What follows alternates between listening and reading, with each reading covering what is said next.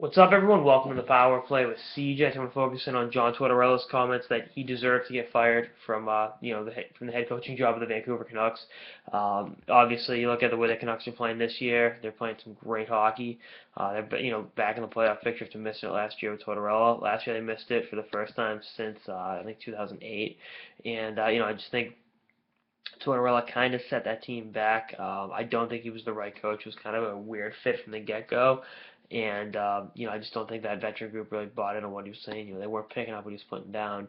And, I just think that, I'm not saying they made a mistake firing Alain Vigneault. Obviously, they needed a change of face behind the bench. But, look at what Tortorella did with that Vancouver Canucks team last year versus what Vigneault did with the Rangers last year. The Rangers won the Stanley Cup final. And they had a hard time doing that under, um, they never got there with Tortorella.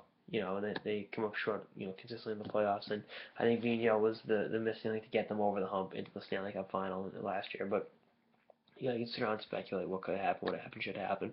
But I tell you what, the Willie Desjardins is doing a fantastic job behind the Canucks bench. The Ryan Miller acquisition, I kind of panned it. I thought they should have just tanked, but they're probably going to make the playoffs in a very good Pacific Division. And make it back, and hopefully they get some pretty good prospects in the organization. I love what Bo Horvat's doing. I'm a Jake Virtanen fan. They got some pretty good guys that are coming up the pipeline. So, you know, the I wonder, again, what could have happened if Tortorella never coached in Vancouver. But you look at what Tortorella highlighted in his comments was the second half of the season. And he's right. I remember one of the writers, I don't think it was Larry Brooks, tweeted in like December, the Canucks are playing great. How great they're playing at Tortorella, and the Rangers were in kind of a slump, and how the Rangers struggling under Lane Vigneault, and the counter turned to 2014 back then, and it just the other shoe drops for the Canucks. They were shell of themselves.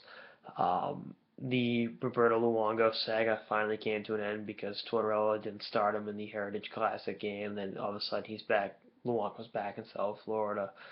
The whole thing was just an entire debacle. Just a debacle from start to finish of between January and the end of the season. So, again, that second half collapse led to them missing the playoffs for the first time since 2008. And the line brawl against Calgary Flames definitely wasn't a highlight of his tenure in Vancouver. That's for damn sure.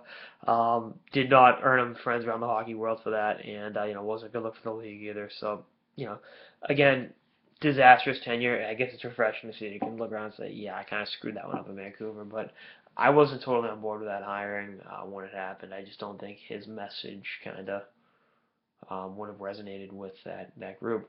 And I think you look at the yelling and the screaming with him.